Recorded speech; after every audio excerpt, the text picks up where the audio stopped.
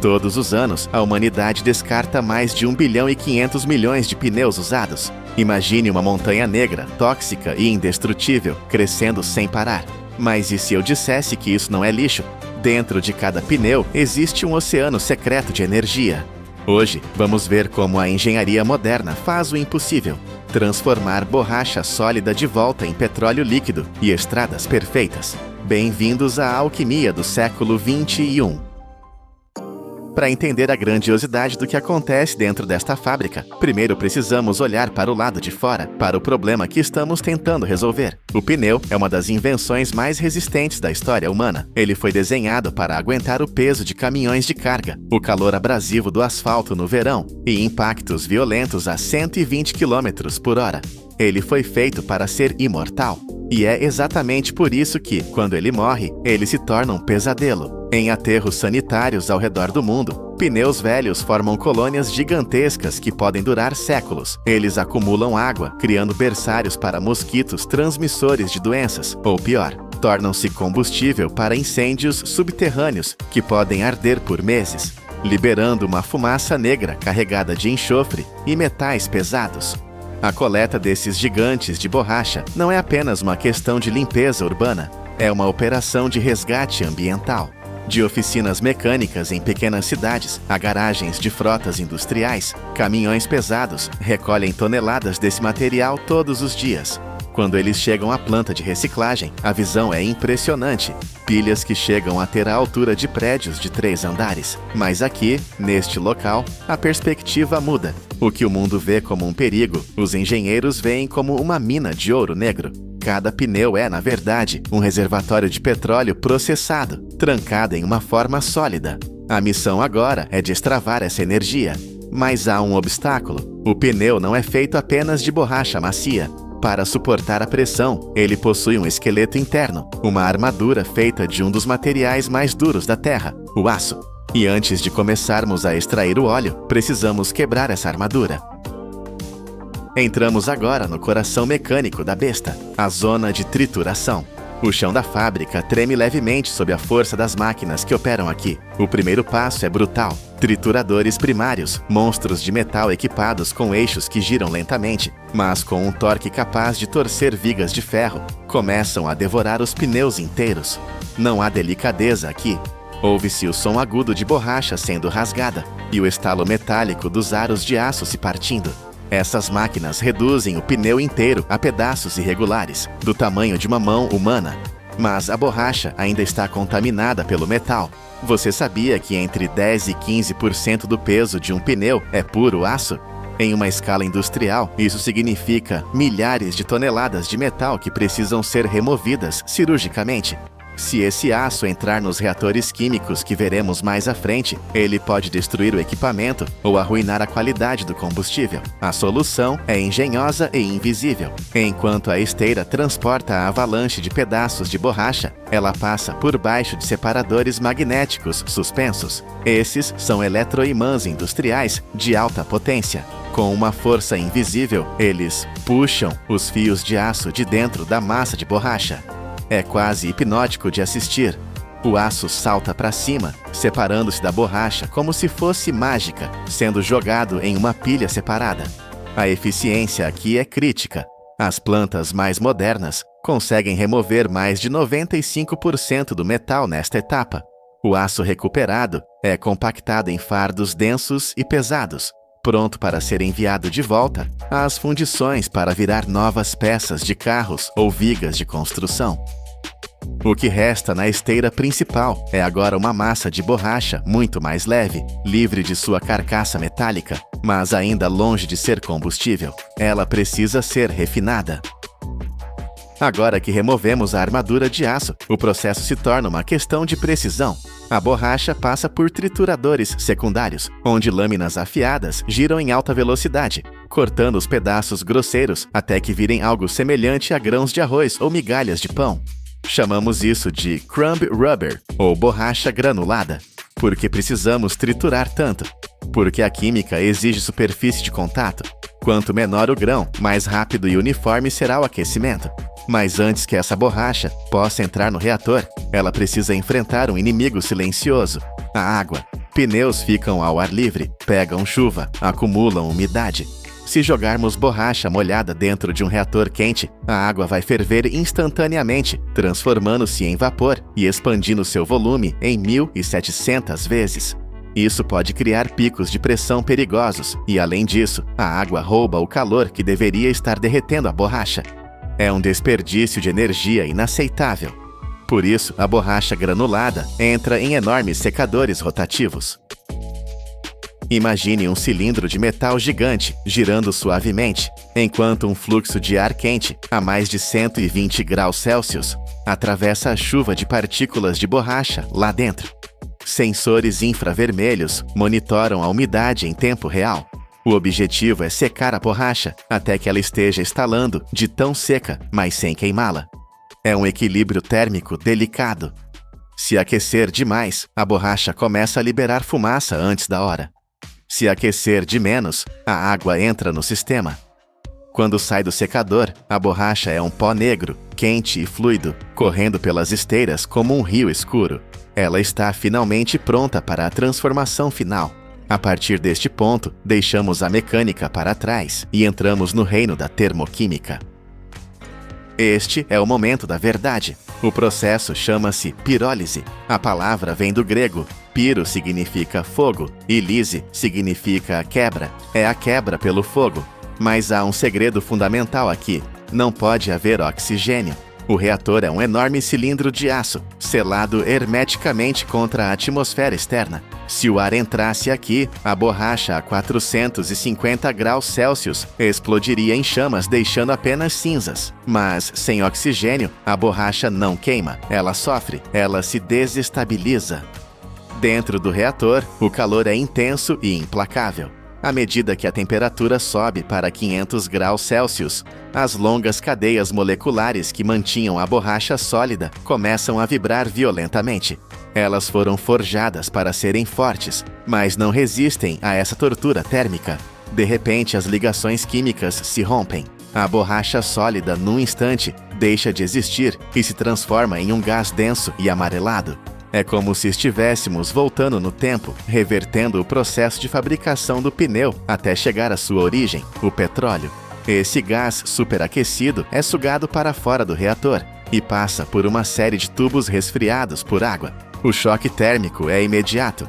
O gás quente toca a parede fria do tubo e condensa, transformando-se em líquido.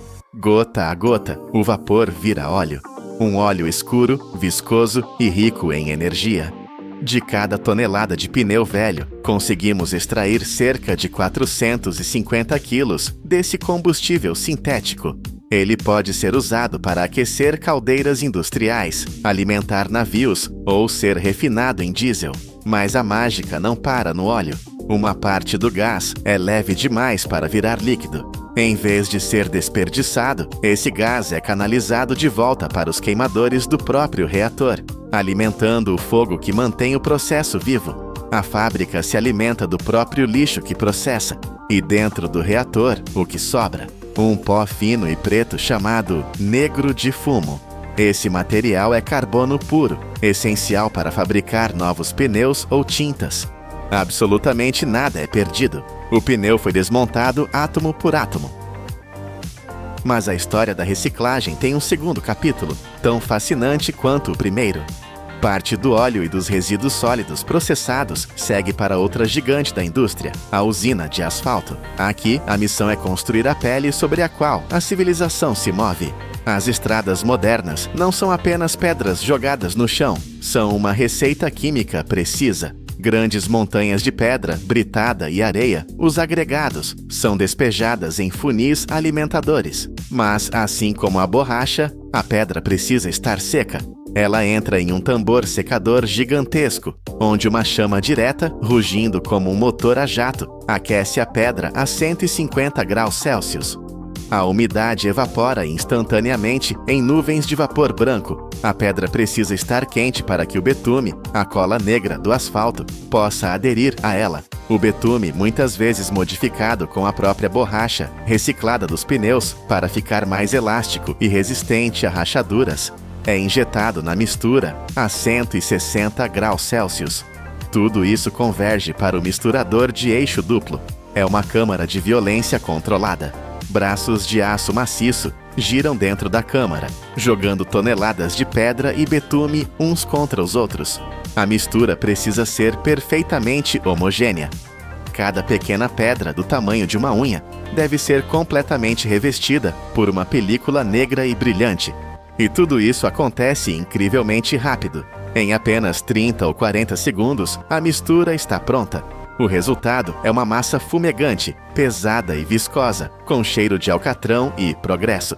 Ela é despejada em silos de armazenamento térmico, onde aguarda os caminhões. Mas o relógio já começou a correr. O asfalto é um material vivo. Ele só funciona enquanto está quente. Assim que começa a esfriar, ele começa a morrer, endurecendo para sempre. A etapa final é uma corrida contra a termodinâmica. Caminhões basculantes encostam sob os silos e recebem toneladas dessa massa negra fervente a cerca de 150 graus Celsius. Eles são cobertos com lonas térmicas grossas, transformando a caçamba em uma garrafa térmica gigante sobre rodas. O motorista precisa ser rápido. Se o trânsito parar, se houver um atraso e a carga esfriar, ela se transformará em um bloco de pedra inútil dentro do caminhão, que terá de ser removido com britadeiras. No local da obra, a vibroacabadora aguarda. Esta máquina é uma maravilha da robótica. O caminhão despeja o asfalto quente na frente dela, e ela o espalha como se fosse manteiga em uma torrada. Sensores a laser e ultrassom leem o terreno 1000 vezes por segundo, ajustando a espessura da camada de asfalto para garantir que ela fique perfeitamente plana. Não pode haver erros.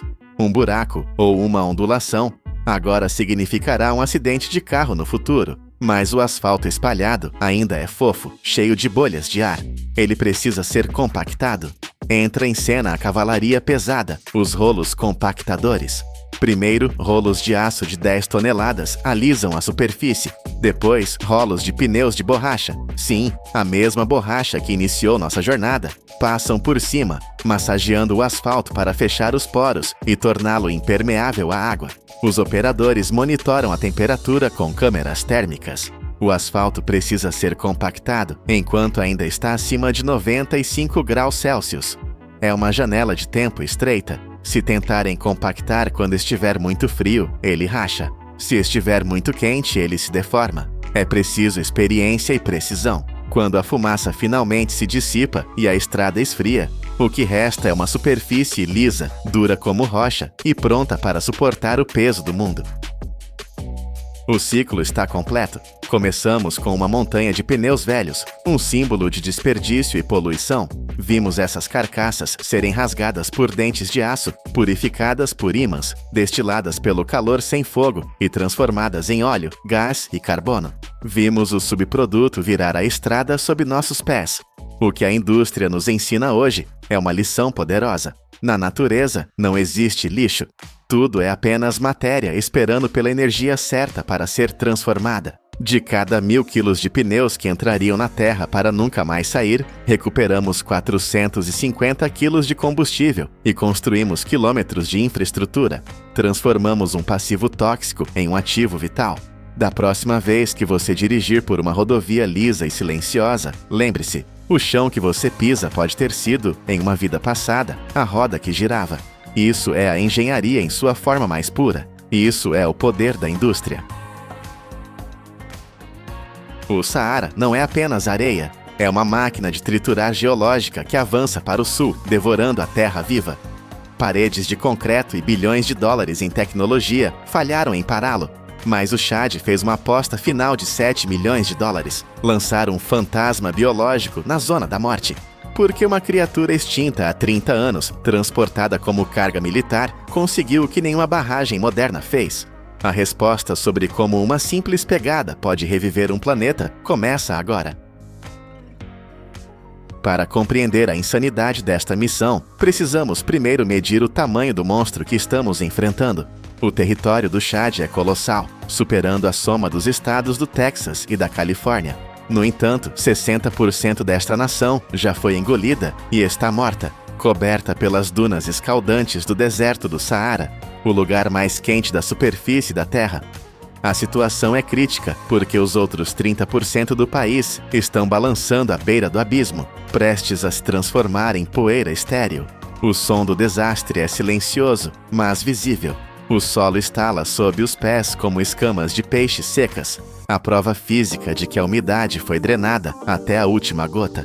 Rios que antes corriam com força agora são apenas cicatrizes na paisagem.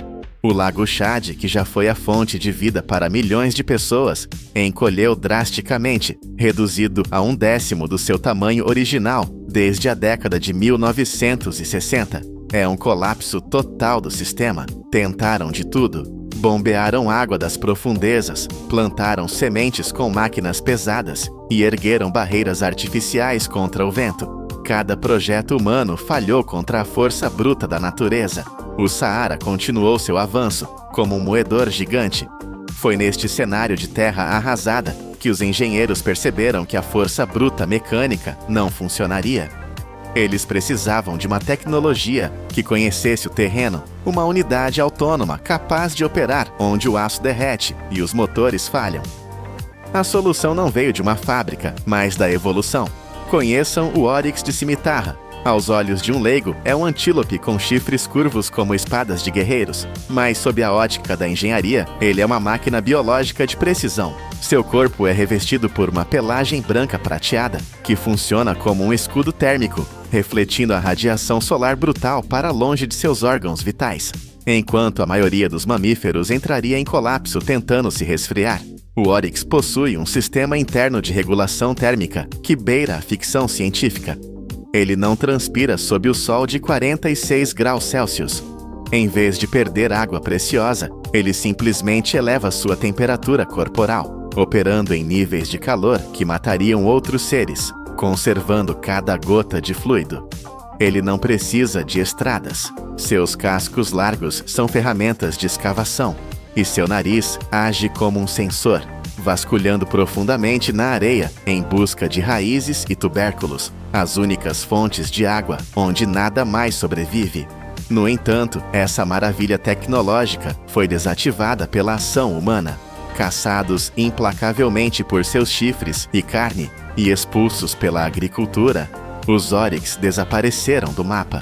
No ano 2000, a União Internacional para a Conservação da Natureza declarou a espécie oficialmente extinta na natureza. Sem eles, o escudo biológico do Saara caiu.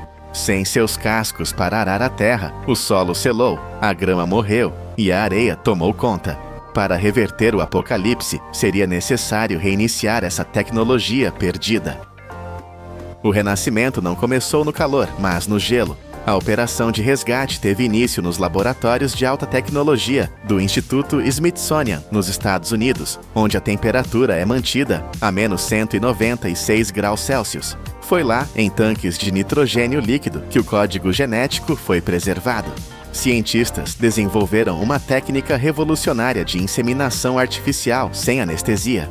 Isso foi uma necessidade absoluta de engenharia, pois anestesiar um animal de 200 quilos sob estresse poderia causar um choque térmico fatal. Com essa nova tecnologia, a taxa de sucesso da reprodução subiu para mais de 70%. O esperma de 120 Oryx, armazenado no frio criogênico, viajou dos Estados Unidos, da França e de Abu Dhabi até o coração da África. Isso permitiu restaurar a diversidade genética para mais de 90% da população original, garantindo que os novos rebanhos não fossem cópias fracas, mas guerreiros robustos.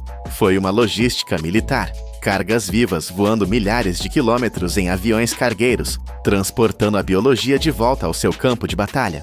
O custo de transporte foi reduzido em 80% graças a essa biotecnologia, provando que a ciência moderna era a chave para destravar o passado. O local escolhido para o desembarque foi a reserva de Ouad Rimé Ouad Achim. Estamos falando de uma área colossal de 77 mil quilômetros quadrados, um terreno maior que a Irlanda inteira. 7 milhões de dólares foram investidos na primeira fase para construir estações, centros de monitoramento via satélite e campos de adaptação. Em março de 2016, os primeiros 21 Oryx pousaram em solo chadiano. Cada animal era uma peça de equipamento valiosa, equipado com um colar GPS de alta tecnologia, avaliado em mais de $2.000. Esses dispositivos transmitiam localização, frequência cardíaca e temperatura através da rede de satélites Iridium. Mas o deserto é uma fornalha que não perdoa erros de cálculo. A euforia inicial, marcada pelo nascimento do primeiro filhote 6 meses depois, logo se transformou em alerta vermelho. Em poucos meses, 1/3 dos animais havia perecido. O calor do Saara é impiedoso. Durante o dia, as temperaturas do solo sobem tanto que chegaram a queimar os componentes eletrônicos dos colares. O vento soprava a 49 graus Celsius. À noite, predadores como chacais arrastavam os filhotes enfraquecidos, deixando para trás apenas o sinal piscante do GPS sob o céu estrelado. A missão estava à beira do fracasso, mas a equipe técnica não recuou. Eles perfuraram poços artificiais com dezenas de metros de profundidade para trazer água à superfície. Eles moveram a zona de operação para o sul, onde a vegetação ainda resistia, e treinaram os animais para viverem à noite, evitando o sol letal. A taxa de sobrevivência subiu de 65% para 90%, e então o sistema começou a funcionar. Aqui entramos na matemática visual da terraformação.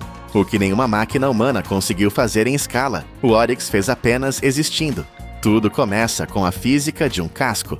Quando um Oryx deita para descansar no calor de 49 graus, seu corpo pesado cria pequenas depressões, microbacias na areia. Pode parecer irrelevante, mas quando a chuva rara finalmente cai, essas covas seguram cada gota preciosa, impedindo que a água escorra ou evapore instantaneamente na superfície dura. Esses poços minúsculos tornam-se oásis microscópicos. O simples ato de caminhar com seus cascos largos quebra a crosta dura do solo seco, permitindo que a terra respire, que o ar penetre e que a umidade desça para as camadas profundas. É a aeração natural em escala industrial. E a eficiência continua. Cada rebanho é uma unidade móvel de semeadura. Sementes grudam na pelagem dos animais e caem quilômetros adiante. Um rebanho de apenas 30 cabeças pode espalhar 500 sementes por dia. Se apenas 5% delas criarem raízes, a paisagem muda. O esterco dos animais, rico em nitrogênio, fósforo e potássio, reintroduz nutrientes essenciais, alimentando micróbios e permitindo que as raízes se fixem. O ciclo da vida foi reiniciado pela presença de seus engenheiros originais. Os resultados desafiaram todas as projeções. De um início trágico, a população selvagem explodiu. Em 2023, mais de 350 Oryx haviam sido reintroduzidos, e a população total na natureza ultrapassou 500 cabeças, com mais de 150 nascimentos naturais. Esse sucesso forçou a União Internacional para a Conservação da Natureza a reescrever seus registros, mudando o status do Oryx de extinto na natureza para ameaçado, um feito histórico de reversão da extinção. Mas o impacto geográfico é ainda mais vasto. O sucesso no Chad ativou uma reação em cadeia em todo o norte da África. No Níger, a reintrodução começou em uma área de 37 mil milhas quadradas.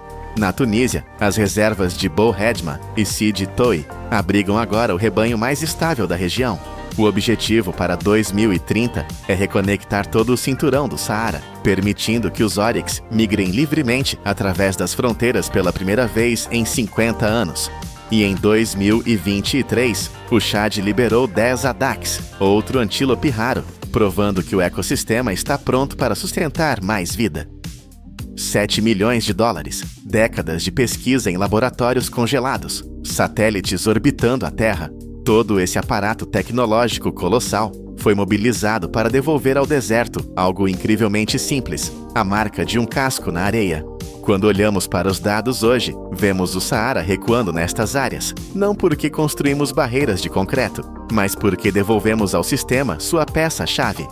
O Oryx não é apenas um sobrevivente, ele é a prova de que a tecnologia mais avançada para salvar o planeta não precisa ser inventada. Ela já existe há milhões de anos. A natureza não precisa que a salvemos com nossas máquinas. Ela só precisa que devolvamos suas próprias ferramentas para que ela possa curar a si mesma. O deserto está vivo novamente. 60 milhões de quilômetros. Essa é a extensão total dos cabos elétricos que, neste exato segundo, envolvem o nosso planeta. É fio suficiente para dar a volta na Terra 1.500 vezes. Mas pare e pense. Como um simples fio de metal, escondido na sua parede, suporta uma energia capaz de queimar uma cidade inteira sem derreter? A resposta é uma jornada brutal de fogo, pressão e precisão microscópica. Para acender a luz da sua sala, precisamos primeiro mergulhar na escuridão profunda da Terra. A história de cada cabo elétrico não começa em um laboratório limpo e silencioso, mas sim no caos ensurdecedor de uma mina a céu aberto. É um lugar onde a engenharia humana trava uma guerra constante contra a própria geologia do planeta. Imagine estar lá. O chão treme sob seus pés. Não é um terremoto, é o pulso da indústria. Em vastas minas de cobre e bauxita, que se estendem por quilômetros como cicatrizes gigantes na crosta terrestre, máquinas titânicas operam dia e noite. Para chegar ao minério valioso, engenheiros precisam primeiro mover montanhas, literalmente. Tudo começa com a violência calculada dos explosivos. Brocas industriais perfuram a rocha sólida, criando dezenas de poços profundos que são preenchidos com cargas detonantes. Quando o sinal é dado, a terra se abre. Milhares de toneladas de rocha são fraturadas em um instante, liberando uma nuvem de poeira que cobre o horizonte. É a força bruta necessária para liberar o cobre e o alumínio de seu sono geológico de milhões de anos. Mas a escala fica ainda mais assustadora quando as máquinas entram em cena. Escavadeiras hidráulicas, tão altas quanto prédios de 3 andares, avançam sobre os escombros. Suas pás são tão grandes que poderiam levantar um carro de passeio sem nenhum esforço. Elas alimentam uma frota de caminhões de mineração que parecem monstros mecânicos. Cada um desses veículos carrega centenas de toneladas de minério em uma única viagem. Se você ficasse ao lado de um pneu desses caminhões, ele seria 2 vezes mais alto que você. Esses gigantes de aço rugem pelas estradas da mina, transportando a terra bruta para os trituradores primários. Lá, pedras do tamanho de sofás são esmagadas como se fossem torrões de açúcar, reduzidas a pedaços menores, prontas para serem enviadas às refinarias. Até agora, tudo o que temos é pedra suja e poeira. Mas para transformar essa sujeira em um condutor de energia perfeito, ela precisa passar por um teste de fogo. A brutalidade mecânica da mina dá lugar ao inferno térmico da fundição. É aqui que a mágica acontece. O minério sujo e bruto entra em fornos industriais que operam em temperaturas que desafiam a imaginação. Estamos falando de calor suficiente para fazer o aço chorar. No caso do alumínio, o processo é uma batalha química violenta. O material extraído da bauxita é mergulhado em células de redução eletrolítica. Aqui, correntes elétricas de intensidade colossal, fortes o suficiente para fritar instantaneamente qualquer sistema elétrico doméstico, rasgam as ligações químicas. A temperatura sobe para 1742 graus Fahrenheit, ou cerca de 950 graus Celsius. Nesse calor insuportável, a rocha se rende. O alumínio puro se separa e goteja como um líquido prateado e brilhante para o fundo do tanque. É um rio de metal fundido, mortal e belo. Para o cobre, o processo é ainda mais rigoroso. Ele passa por banhos eletrolíticos, onde a eletricidade atua como um filtro microscópico, arrancando cada átomo de impureza até que o metal atinja uma pureza de 99,9%. Qualquer coisa menos que isso é inaceitável. Uma única partícula de sujeira poderia causar um curto-circuito fatal quilômetros adiante na linha.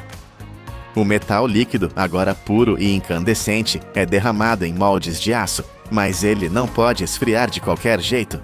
Sistemas de resfriamento forçado borrifam água contra o molde, fazendo com que a casca externa do metal endureça instantaneamente, enquanto o núcleo permanece quente e macio. O resultado são lingotes sólidos, barras massivas de metal que brilham com um vermelho alaranjado intenso. Mas um bloco de metal não transporta eletricidade para sua casa. Ele precisa ser transformado. E para isso, ele será esmagado e esticado além de seus limites. O lingote quente, ainda irradiando calor, entra na linha de laminação. Imagine um rolo de massa, mas feito de aço endurecido e aplicando uma pressão de centenas de toneladas. O metal grita enquanto é forçado a passar por rolos que giram em alta velocidade. O bloco grosso e curto é impiedosamente esmagado e esticado, transformando-se em uma longa haste ou vergalhão, com cerca de 8 milímetros de espessura, mas 8 milímetros ainda é muito grosso. Para criar os fios finos que compõem um cabo moderno, entramos na fase de trefilação. É aqui que a engenharia se torna microscópica. As hastes de metal são puxadas através de uma série de orifícios cada vez menores, chamados de fieiras, muitas vezes feitos de diamante industrial. A velocidade é alucinante. O metal corre pela linha a dezenas de quilômetros por hora. Ele é forçado a se tornar mais fino, mais longo e perfeitamente redondo. De uma haste grossa, ele se torna um fio mais fino que um fio de cabelo humano. É um processo de violência controlada. Lasers de alta precisão vigiam cada milímetro desse fio em tempo real. Se o diâmetro variar apenas 1 milésimo de polegada, o laser detecta e o sistema ajusta instantaneamente. O resultado é um fio brilhante, liso como um espelho. Mas há um problema oculto. Depois de ser puxado, esticado e forçado através de diamantes, o metal está estressado. Sua estrutura interna está rígida e quebradiça. Se tentássemos dobrá-lo agora, ele se partiria como vidro. Ele precisa de terapia. Para curar o metal, ele é enviado para câmaras de recozimento. Pense nisso como uma sauna de alta tecnologia para metais exaustos. Dentro desses fornos selados, o oxigênio é removido para evitar que o fio enferruje ou manche. A temperatura sobe suavemente para cerca de 600 graus Fahrenheit. Não é quente o suficiente para derreter o fio, mas é o calor exato para fazer os átomos dentro do metal relaxarem. A estrutura cristalina do cobre e do alumínio, que foi distorcida e esticada durante a trefilação, se realinha. A rigidez desaparece. A tensão interna evapora. Quando o fio sai do outro lado, ele parece o mesmo, mas mudou fundamentalmente. Antes quebradiço, agora ele é macio e flexível.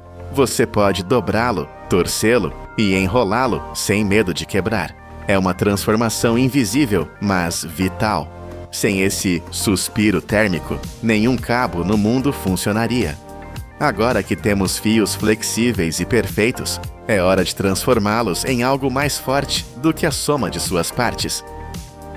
Chegamos a um dos momentos mais hipnóticos de toda a indústria, a trançagem. Um único fio fino é frágil, mas se unirmos dezenas deles, criamos uma corda metálica de força incrível. Imagine uma máquina gigantesca do tamanho de um vagão de trem, carregada com centenas de bobinas de fio brilhante.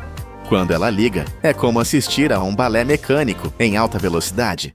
O corpo da máquina, chamado de gaiola, começa a girar.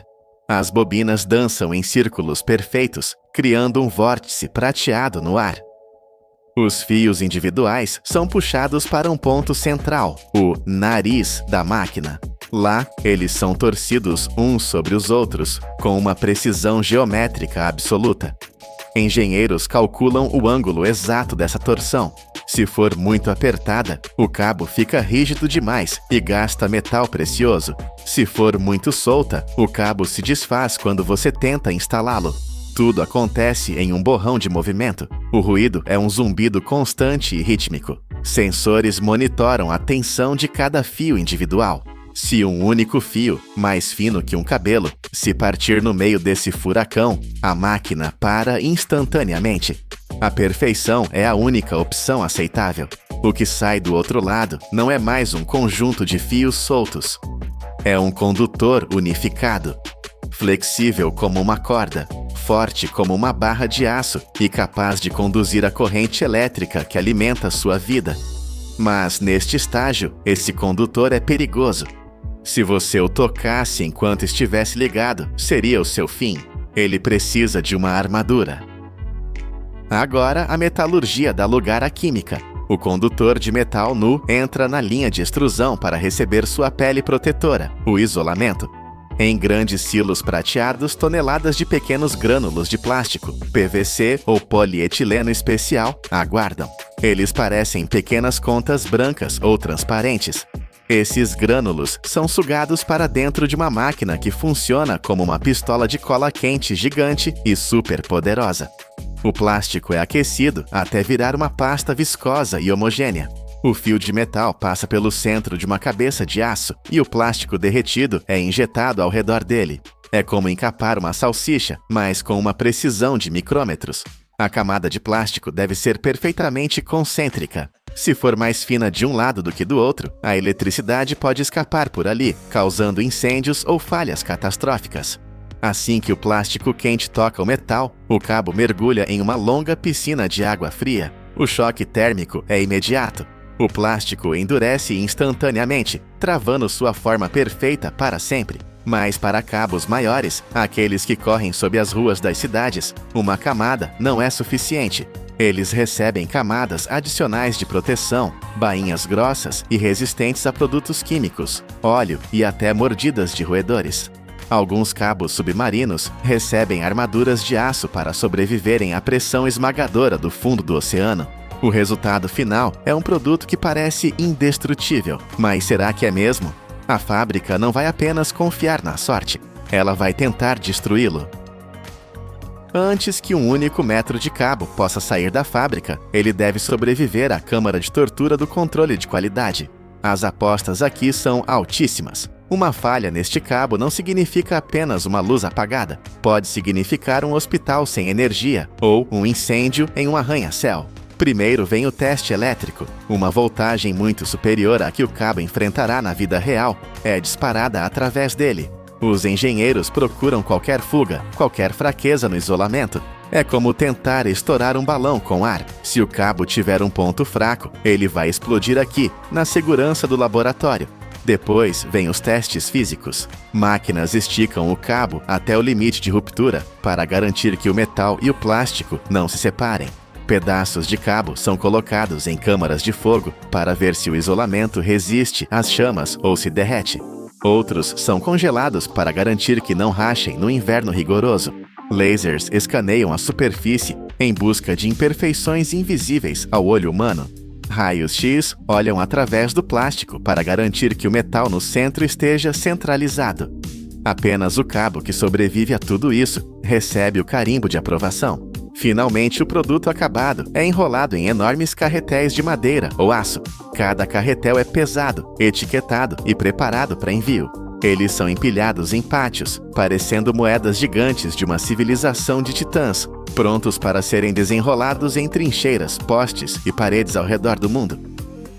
Voltamos ao início. 60 milhões de quilômetros de cabo. Uma indústria global que movimenta 200 bilhões de dólares todos os anos. Olhe para a parede do seu quarto agora. Aquele fio escondido ali dentro não é apenas um pedaço de plástico e metal. Ele é um sobrevivente. Ele nasceu de uma explosão em uma mina de cobre, foi derretido em um inferno químico, esticado por diamantes, curado pelo calor, trançado em um vórtice mecânico e testado com fogo e eletricidade. É uma das peças de engenharia mais subestimadas da história humana. Esses cabos são as artérias invisíveis da nossa civilização. Sem eles, o coração das nossas cidades pararia de bater em um segundo. Da próxima vez que você acender uma luz, lembre-se da jornada épica que tornou esse simples clique possível. Porque no mundo da indústria pesada, até o menor fio tem uma história gigante para contar. Você acha que conhece esta árvore porque todo mês de dezembro ela está parada, silenciosa e decorada no canto da sua sala de estar. Mas por trás dessa imagem festiva, esconde-se um titã industrial que gera mais de $1 bilhão anualmente apenas com sua resina. O que parece ser apenas madeira e agulhas é, na verdade, uma biofábrica complexa que fornece um ingrediente vital para a engenharia moderna e produz uma noz rica em gordura, cujo valor rivaliza com o da carne bovina, Wagyu. Como um organismo antigo que já existia muito antes de as pirâmides do Egito serem construídas, se transformou em uma fonte de ouro líquido que sustenta a vida moderna. Para entender como exploramos essa potência natural, primeiro precisamos compreender a máquina de sobrevivência perfeita que a natureza projetou. A família dos pinheiros, com suas mais de 120 espécies, não é apenas uma fonte de recursos, é uma entidade biológica com um mecanismo de persistência que continua a deixar os cientistas atônitos. Enquanto a maioria dos seres vivos foge do fogo, muitas espécies de pinheiros não apenas sobrevivem aos incêndios florestais, mas dependem quimicamente das chamas para se regenerar. O calor extremo e intenso o suficiente para derreter metais leves é o gatilho necessário para fazer com que as pinhas estalem e se abram, liberando sementes em um solo coberto de cinzas ricas em minerais, onde uma nova geração pode criar raízes. É por causa desse mecanismo brutal e eficaz que as autoridades florestais nos Estados Unidos e no Canadá realizam queimadas controladas, simulando o caos para garantir a vida e reduzir o risco de incêndios catastróficos. Mas o fogo não é a única força que essas árvores aprenderam a desafiar. Elas venceram o próprio tempo. Nas Montanhas Brancas da Califórnia, existe um pinheiro da espécie Bristol Cone, conhecido como Matusalém, que vive há mais de 4.800 anos. Pense nisso por um segundo. Muito antes de a primeira pedra das grandes pirâmides ser assentada no deserto egípcio, essa árvore já havia criado raízes em encostas rochosas e áridas, resistindo a milênios de tempestades, secas e impérios humanos que ascenderam e caíram, permanecendo até hoje como uma das testemunhas vivas mais antigas da história da humanidade. Se a natureza criou um mecanismo de sobrevivência tão implacável, imagine o esforço logístico que a humanidade precisou desenvolver para domesticar essa força selvagem e transformá-la em um produto padronizado. A cada temporada de festas, dezenas de milhões de pinheiros são transportados para salas de estar e praças públicas ao redor do globo, criando uma logística que desafia a imaginação. O que você vê na loja não é fruto do acaso. A colheita de árvores de Natal está longe de ser aleatória. Apenas as árvores que passaram por um ciclo de crescimento rigoroso de 7 a 15 anos são selecionadas para o corte. Durante mais de uma década, essas árvores são podadas regularmente, esculpidas por mãos humanas para garantir que cada espécime fique reto, cheio e perfeitamente simétrico, atingindo a forma cônica ideal que o mercado exige. Quando a temporada de colheita começa, o silêncio da floresta é quebrado pelo trabalho de trabalhadores, com serras manuais ou motosserras, cortando as árvores rente à base. O processo de derrubada é executado com cuidado extremo, pois a quebra de um único galho ou a perturbação da copa pode reduzir significativamente o valor de mercado da árvore, transformando anos de investimento em prejuízo instantâneo. A escala dessa operação exige maquinário pesado e soluções aéreas. Em grandes fazendas ou em terrenos difíceis, a força bruta dos caminhões não é suficiente. Helicópteros são usados para içar feixes inteiros de árvores dos campos até os pontos de coleta, economizando tempo e minimizando os danos ao solo. Na área de processamento, a tecnologia assume o controle. As árvores são alimentadas através de máquinas que as envolvem em redes, comprimindo os galhos com força para preservar a forma da árvore durante o transporte e reduzir a perda de agulhas. Finalmente, elas deslizam para dentro de caixas de papelão, prontas para serem enviadas como carga preciosa antes da temporada de Natal. Mas enquanto a madeira decora nossas casas, o verdadeiro tesouro industrial flui invisível dentro do tronco. Nas vastas plantações industriais de pinheiros que cobrem centenas de milhares de hectares no sudeste dos Estados Unidos, a temporada de colheita de resina opera em um ritmo incessante por 8 meses a cada ano. Aqui, o objetivo não é a madeira, mas o fluido vital da árvore. O processo começa com a raspagem seletiva da casca externa para criar uma superfície estável. Trabalhadores experientes usam um machado de resina, uma ferramenta especializada com cabeça quadrada, projetada especificamente para abrir canais de resina. Com um golpe calculado, eles fazem um corte inclinado de cerca de 4 milímetros de profundidade. A precisão aqui é absoluta. 4 milímetros é o suficiente para atingir a camada condutora de resina sem ferir o núcleo de madeira, acionando o mecanismo de defesa natural da árvore, que força a resina para fora para selar a ferida. Em seguida, o lado plano do machado forma um lábio horizontal, uma aresta guia que segura a bica de coleta e direciona o fluxo viscoso. Assim que o suco é formado, a resina branca leitosa começa a escorrer sob pressão interna, viajando pela fibra do tronco e fluindo para baixo pela gravidade. No estágio inicial, a coleta é feita em copos abertos para monitorar o fluxo, mas o sistema logo transita para sacos de coleta, pressionados contra o tronco, reduzindo a exposição ao ar e controlando a oxidação. A cada 5 dias, a superfície do corte é delicadamente renovada para manter a pressão da resina sem exaurir a árvore. Com essa abordagem meticulosa, cada pinheiro rende uma média de apenas 3 kg de resina por ano, mas pode ser explorado continuamente por décadas. Na escala de milhões de árvores, a precisão transformou a resina em um recurso renovável anual, extraído sem causar o declínio da floresta. Assim que essa massa espessa deixa o tronco, ela é enviada para o inferno industrial. Nas instalações de produção de breu, cada lote de 20 a 50 toneladas de resina bruta é alimentado em tanques aquecidos para amolecer o material e reduzir sua viscosidade, transformando-o de uma massa pegajosa em um líquido uniforme. A partir daí, a resina liquefeita é direcionada para torres de destilação colossais, onde é aquecida a temperaturas extremas de aproximadamente 155 a 170 graus Celsius. Dentro dessas torres, a física assume o comando. A fração mais leve, o óleo essencial de pinheiro, vaporiza primeiro, sendo condensada e coletada como terebintina. O resíduo não volátil que permanece é o breu, rico em ácidos resínicos, o precursor direto da colofônia. Após a destilação, o breu fundido é espalhado em camadas finas e resfriado gradualmente usando água ou ar forçado. Esse processo de resfriamento lento é crucial para preservar a cor amarelo-âmbar estável e minimizar rachaduras.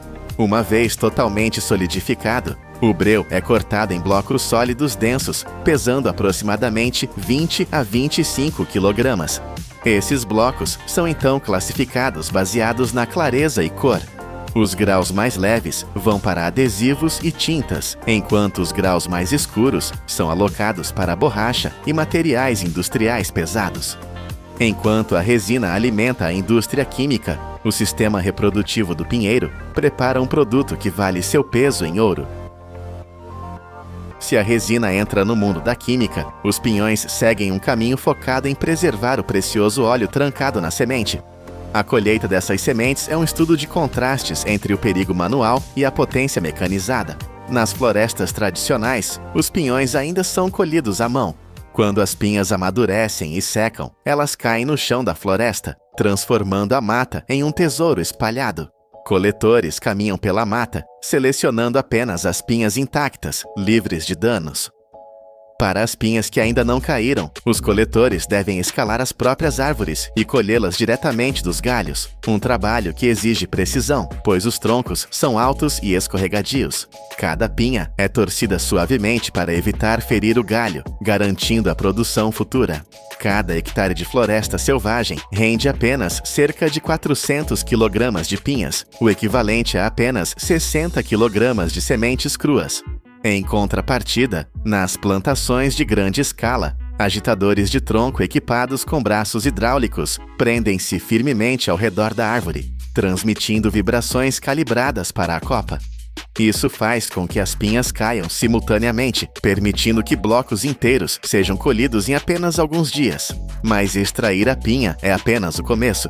O desafio real é liberar o núcleo frágil sem esmagá-lo. A verdadeira engenharia começa quando as sementes chegam à fábrica. Pinhas inteiras são alimentadas em sistemas de separação, onde pressão e atrito quebram as cascas duras sem esmagar os núcleos. Cascas e fibras são removidas, enquanto as sementes cruas caem em correias transportadoras. Elas entram em peneiras vibratórias combinadas com fluxo de ar, onde a vibração separa as sementes umas das outras, e o ar remove impurezas mais leves e sementes ocas. Logo antes da prensagem, as sementes passam por máquinas de descasque de baixo atrito, calibradas para remover a casca lenhosa, sem danificar os núcleos ricos em óleo. Após a separação, apenas cerca de 70% das sementes atendem aos padrões e são retidas. O restante é descartado para proteger a qualidade. No estágio final, os núcleos são prensados a frio em pequenos lotes, a temperaturas que não excedem 40 graus Celsius, evitando a degradação e preservando a estrutura molecular.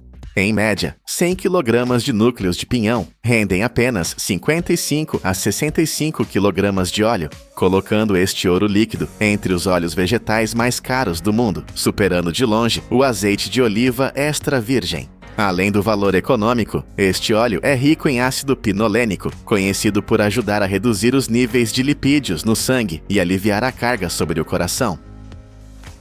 Começamos nossa jornada com a imagem de uma árvore de Natal decorativa e terminamos com um óleo precioso que custa mais do que os ingredientes mais finos da culinária mundial.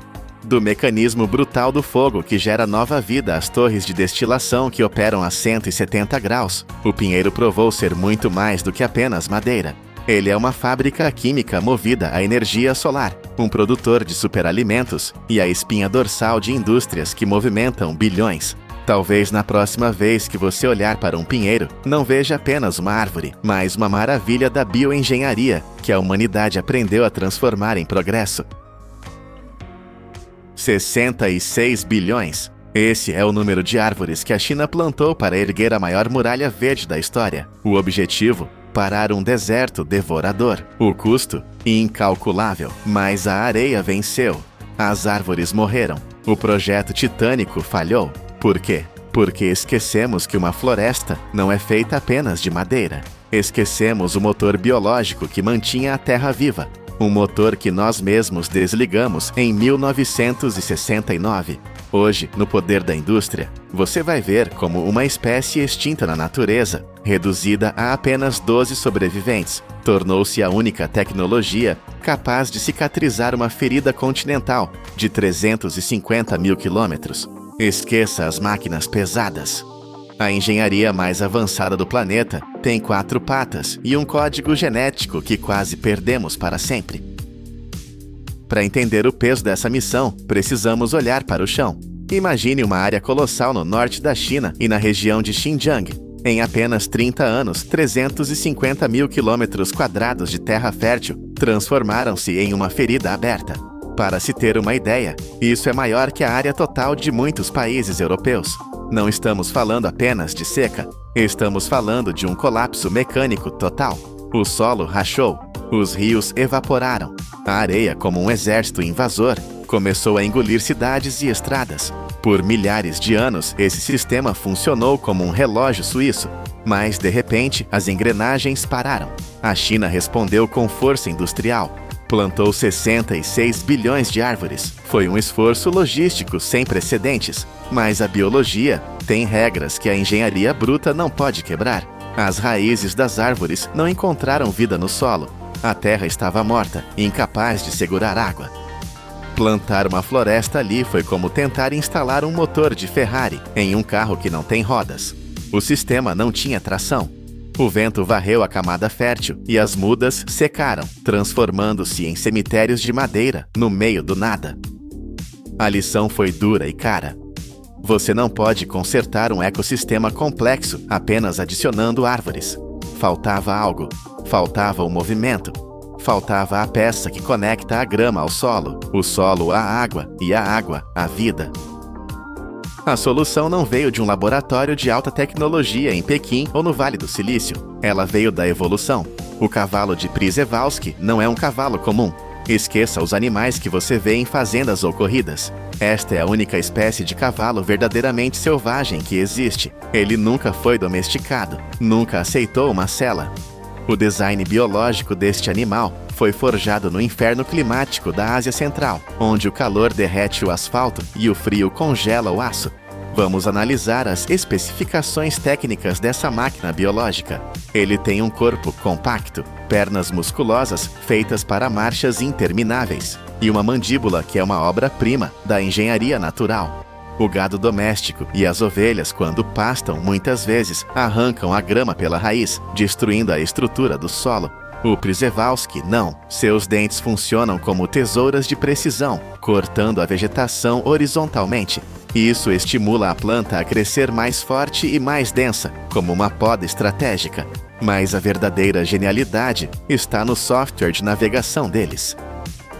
Ecologistas descobriram que esses rebanhos se movem em padrões matemáticos complexos, chamados de padrões fractais. Eles não andam aleatoriamente. Eles criam faixas de pressão no solo, que variam de alguns metros a quilômetros. Eles aram a terra com os cascos, quebram a crosta dura, que impede a água de entrar, e enterram sementes. É uma máquina de terraplanagem e semeadura autônoma, movida a energia solar convertida em grama. Nenhuma máquina humana consegue replicar essa eficiência em escala microscópica e macroscópica ao mesmo tempo. Essa máquina perfeita operou por milênios, mantendo as estepes vivas, até que nós a desligamos. O final do século XIX e o início do século XX foram catastróficos. A fome humana levou à caça excessiva, mas o golpe fatal não foi a bala, foi a cerca. Em poucas décadas, nós fragmentamos o habitat deles. Estradas, ferrovias e campos agrícolas cortaram as rotas de migração que esses animais usavam há séculos. Imagine tentar sobreviver ao inverno siberiano, preso em um quintal. Foi isso que fizemos com eles. Os grandes rebanhos foram quebrados em grupos minúsculos. Sem liberdade de movimento, eles não conseguiam fugir das tempestades de neve ou encontrar água. A diversidade genética despencou. A resistência a doenças caiu a zero. Foi um colapso rápido e silencioso. Os registros históricos são de partir o coração.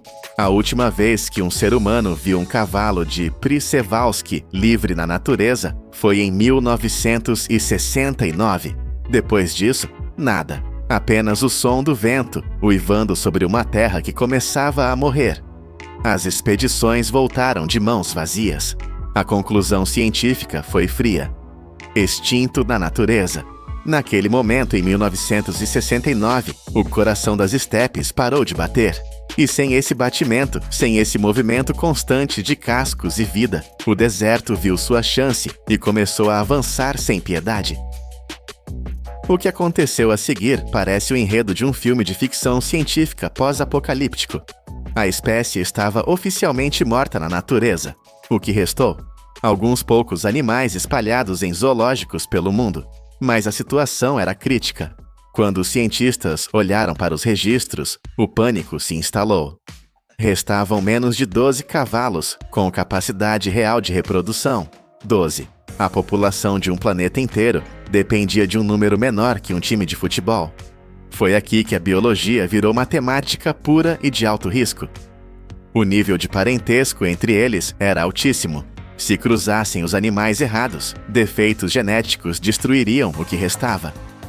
Iniciou-se então um dos programas de reprodução mais rigorosos da história. O livro genealógico internacional tornou-se a Bíblia da sobrevivência. Cada nascimento era calculado, cada par era escolhido por algoritmos para maximizar a diversidade genética. As decisões eram brutais. Animais fracos que carregavam genes defeituosos tiveram que ser excluídos do programa. Não havia margem para piedade. Se o objetivo era devolver esses animais ao inferno climático da Mongólia e da China, eles precisavam ser de aço. Eles precisavam da genética original, aquela forjada na Era do Gelo. Foi uma aposta de tudo ou nada. Um erro de cálculo, um vírus no zoológico errado. E a espécie desapareceria para sempre, transformando-se apenas em ossos em um museu. Durante décadas, os cientistas jogaram xadrez com a extinção, movendo peças vivas pelo tabuleiro global, esperando o momento certo para o contra-ataque. O ano é 1986. O local, a bacia de Yungar, um dos lugares mais inóspitos da Terra. A China decidiu que era hora de jogar os dados. O plano era insano. Pegar esses animais nascidos em zoológicos confortáveis na Europa e nos Estados Unidos e jogá-los no marco zero da desertificação. 18 cavalos foram escolhidos. A elite genética. Eles foram transportados em caixas de carga, cruzando continentes para pousar em uma terra que seus ancestrais governavam, mas que eles nunca tinham visto. O choque foi imediato. No inverno de Xinjiang, a temperatura cai para 40 graus negativos. O vento carrega areia que corta a pele como lixa. No verão, o calor é sufocante. Ninguém sabia se o software instintivo deles ainda funcionava. Será que eles saberiam cavar a neve para achar grama seca? Saberiam onde encontrar água em um deserto? Ou morreriam de fome e sede, esperando que um tratador trouxesse um balde? Os cientistas monitoravam cada respiração. Nomes de código como 6 Yara Uni 3 não eram apenas números, eram a esperança de um ecossistema inteiro. Eram astronautas em um planeta hostil. E contra todas as probabilidades, eles não apenas sobreviveram, eles lembraram. O instinto antigo, adormecido por gerações de cativeiro, despertou. Eles formaram um rebanho, eles enfrentaram as tempestades. O rebanho Yungar 1 estava pronto para trabalhar. No momento em que esses cascos tocaram o solo aberto e começaram a correr, a mágica aconteceu. Não mágica de contos de fadas, mas mágica bioquímica e mecânica. Vamos visualizar o processo. Um cavalo desses percorre entre 5 e 15 quilômetros por dia. Parece pouco, mas multiplique isso por um rebanho, por anos. É uma esteira transportadora de vida. O segredo está no esterco. Pode parecer sujo, mas na ecologia é ouro puro. Análises mostraram que o estrume desses cavalos carrega mais de 20 tipos de sementes de plantas nativas.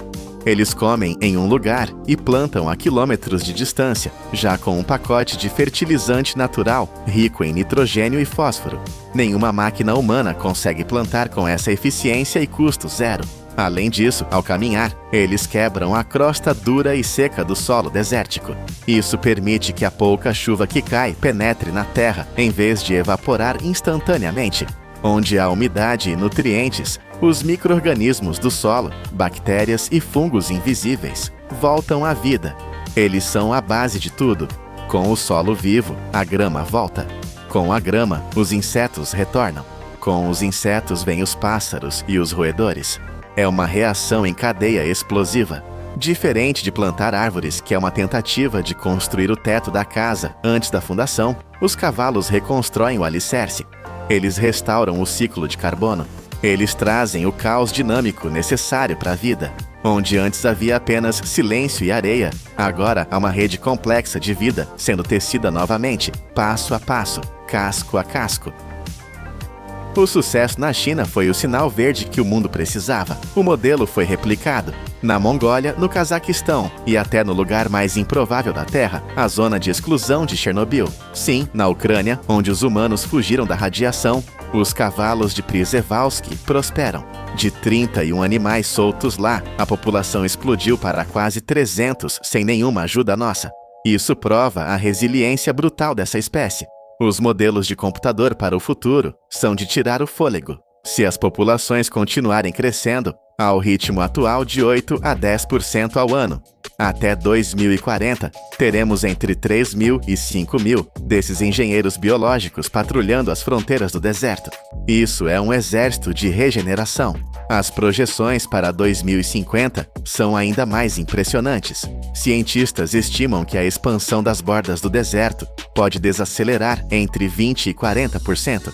Pense nisso. 20 a 40% menos deserto, não por causa de concreto ou represas, mas por causa de cavalos. Áreas que considerávamos terra morta, perdidas para sempre, estão ganhando uma segunda chance, onde os mapas mostravam deserto irreversível.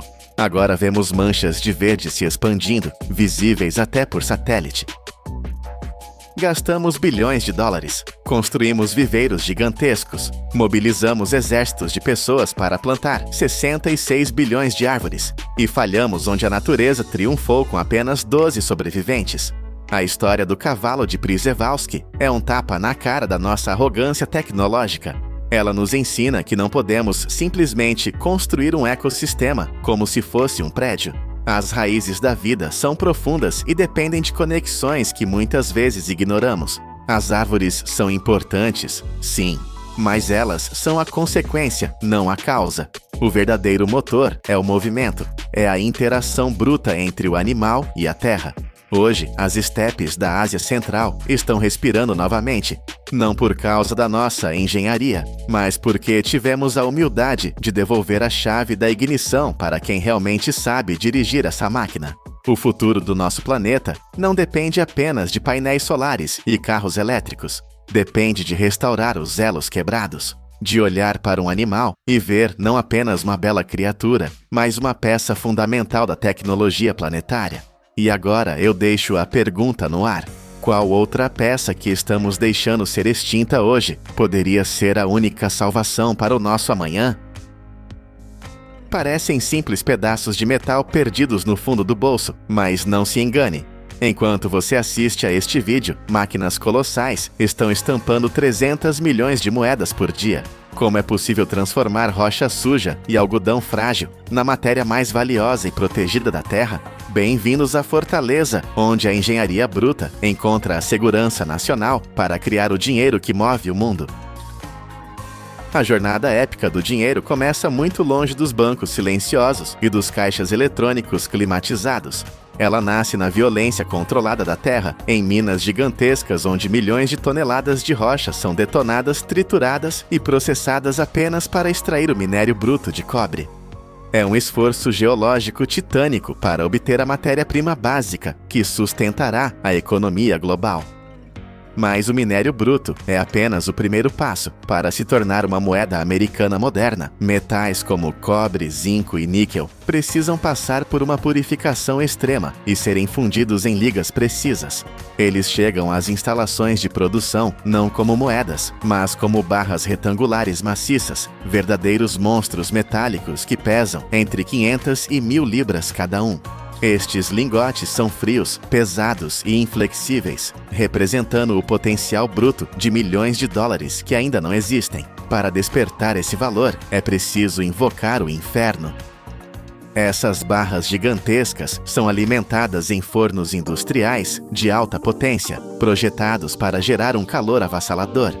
Estamos falando de temperaturas que atingem 1.400 graus Fahrenheit. O equivalente a cerca de 760 graus Celsius. Neste ambiente extremo, a estrutura rígida do metal se rende.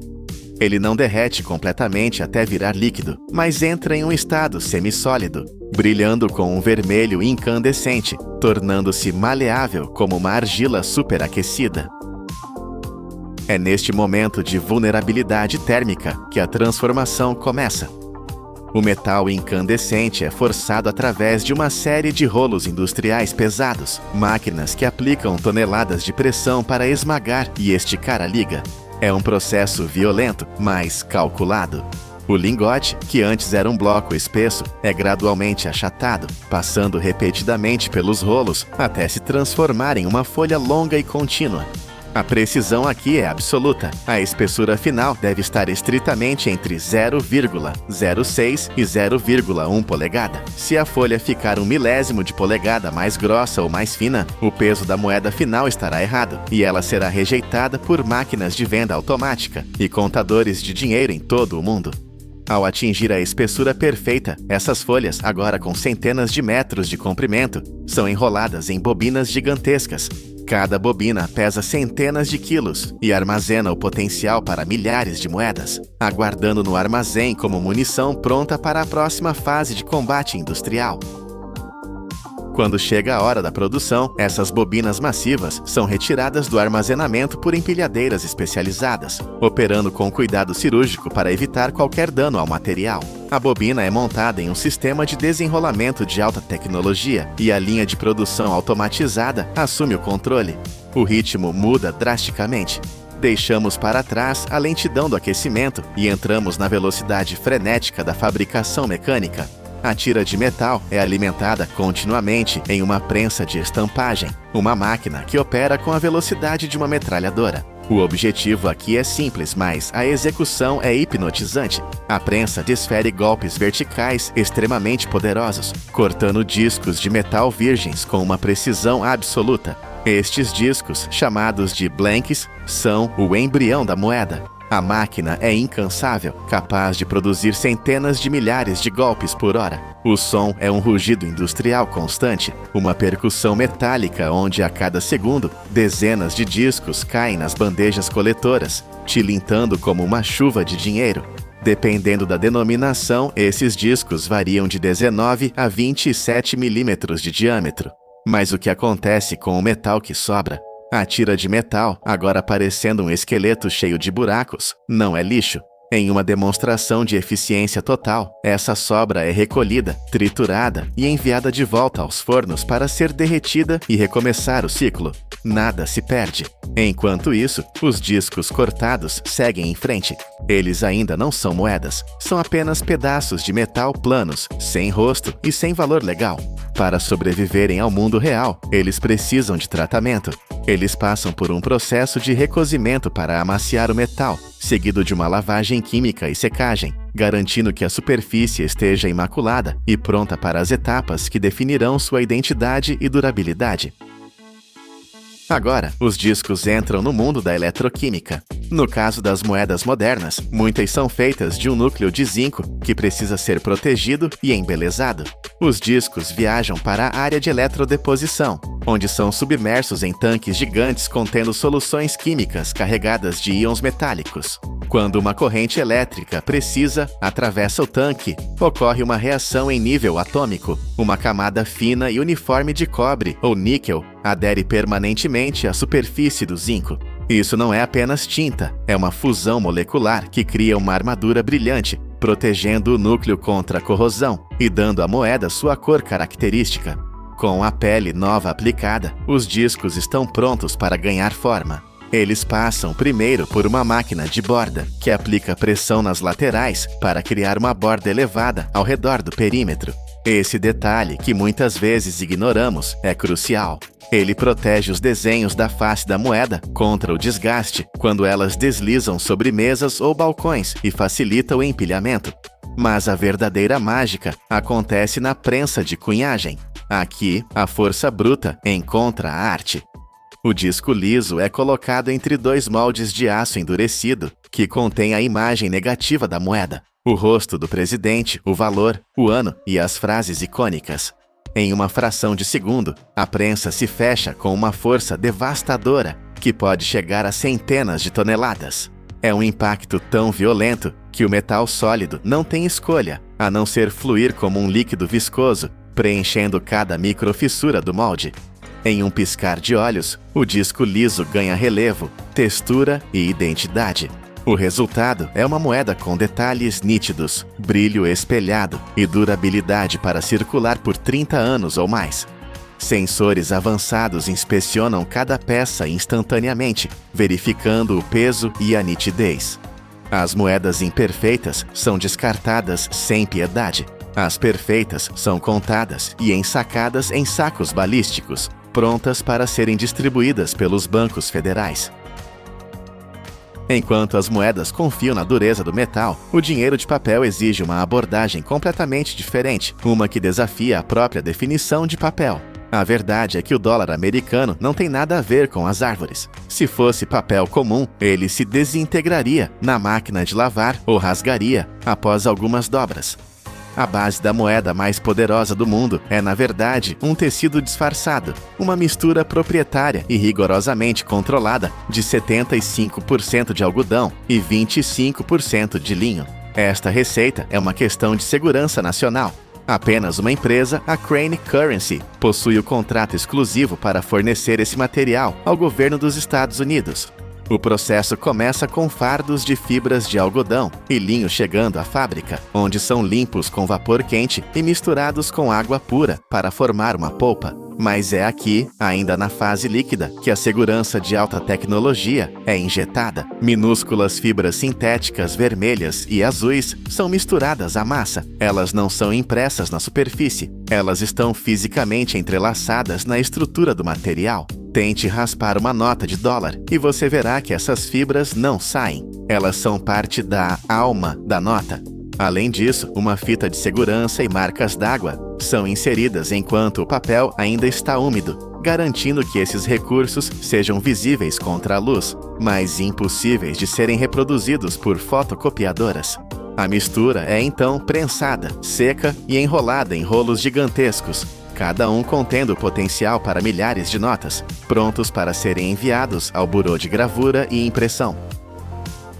Quando os rolos de papel de segurança chegam à instalação de impressão, eles estão prestes a passar por uma metamorfose visual. O objetivo não é apenas imprimir dinheiro, mas construir uma estrutura tridimensional de tinta que seja impossível de copiar. A primeira etapa é a impressão offset.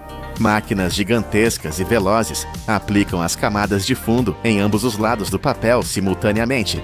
Esta fase cria as cores sutis e os padrões de linhas finas que formam a base do design, secando em segundos para preparar o palco para o evento principal. A verdadeira estrela do show é a impressão intaglio, ou calcografia. Esta é a técnica que dá ao dinheiro sua sensação tátil inconfundível. Placas de aço mestras, gravadas com precisão microscópica, são montadas em prensas rotativas massivas. A tinta é aplicada às placas e depois limpa da superfície, permanecendo apenas nos sulcos profundos das gravuras. O papel é então pressionado contra a placa com uma força colossal, estimada em várias toneladas por polegada quadrada. A pressão é tão intensa que força as fibras do papel para dentro dos sulcos da placa, absorvendo a tinta e criando um relevo físico. Passe o dedo sobre o colarinho de Benjamin Franklin em uma nota de $100 e você sentirá a textura. Isso é a impressão intaglio. Mas a tecnologia não para por aí. Para as notas de alto valor, como a de $10 e superiores, utiliza-se a tinta de variação ótica, ou Color Shifting Ink. Esta substância química avançada contém flocos microscópicos que refratam a luz de maneiras diferentes dependendo do ângulo. Olhe diretamente para o número 100 no canto da nota, e ele brilha com um tom de cobre. Incline a nota levemente e a cor muda magicamente para verde. Não é feitiçaria, é física aplicada para garantir que nenhuma impressora, jato de tinta no mundo consiga enganar o olho humano.